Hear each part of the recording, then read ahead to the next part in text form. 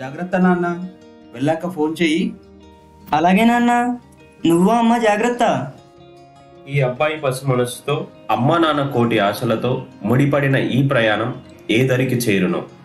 వాళ్ళ ఆశకి ఈ అబ్బాయి మనసుకి తగిన ద్వారాలని ఈ గంట సాఫ్ట్ అందిస్తుందని తను నమ్మాడు. మరి ఆ నమ్మకాన్ని ఈ గంట సాఫ్ట్ నిజమని నిరూపించిందా? స్టార్ట్ అయ్యాయి కదా, అప్డేట్స్ ఏంటి? చాలా మందికి కమ్యూనికేషన్ ప్రాబ్లం అయితే ఉంది సార్. సబ్జెక్ట్ మీద ఫోకస్ చేయట్లేదు సార్ కొంతమంది. చాలా మంది బేసిక్స్ తెలియని వారు ఉన్నారు సార్. నాన్ ఐటీ స్టూడెంట్స్ ఎక్కువ మంది ఉన్నారు సార్ మన దాంట్లో.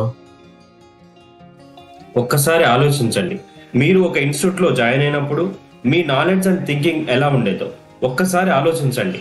అప్పుడు మీకు దొరకని టీచింగ్ని మీరు మీ టీచర్ నుంచి కోరుకున్న ప్రతిదాన్ని మీరు వీళ్ళకి అందించండి.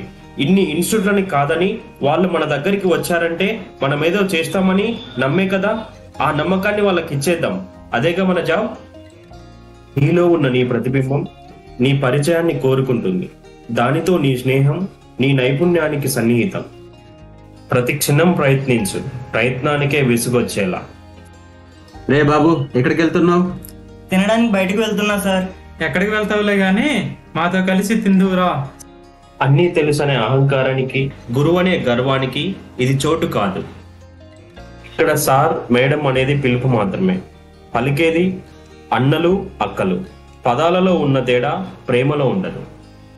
స్నేహితులుగా మొదలైన మా ఈ ప్రయాణం ఇప్పుడు ఒక కుటుంబంగా మారింది.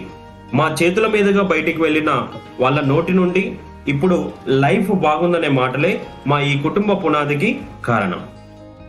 మనసు ప్రశాంతం, విద్య వసంతం. ఇదే మా గంట సాఫ్ట్ సంకేతం. నాన్న, నాకు జాబ్ వచ్చింది. ఇదిగో ఆఫర్ లెటర్, ఎల్లుండి జాయినింగ్.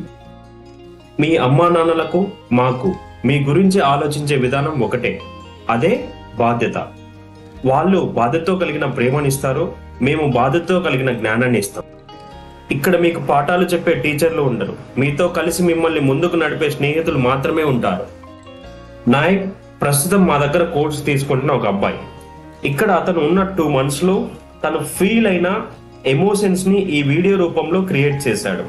గంట సాఫ్ట్ అనేది ఇక్కడున్న కోర్సెస్నే కాదు, మీలో ఉన్న టాలెంట్ ని ప్రోత్సహించడంలో ముందుంటుంది అనడానికి ఇదే నిదర్శనం.